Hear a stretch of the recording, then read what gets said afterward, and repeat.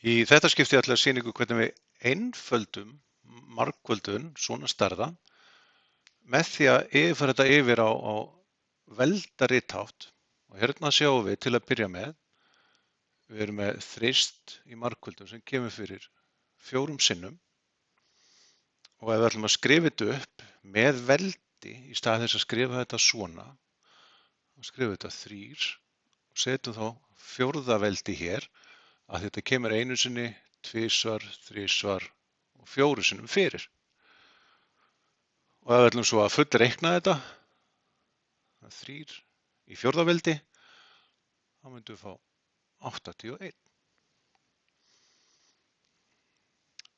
Svo mjög keimlíkt dæmi hér, sjáum við 5 og þær koma 1 sinni, 2, 3 sinnum fyrir og þá setjum við 5 í þriðja veldi.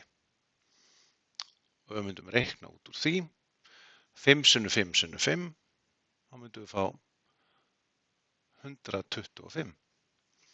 Og sjáum að þetta er mun fallegri og þægilegri ritháttur.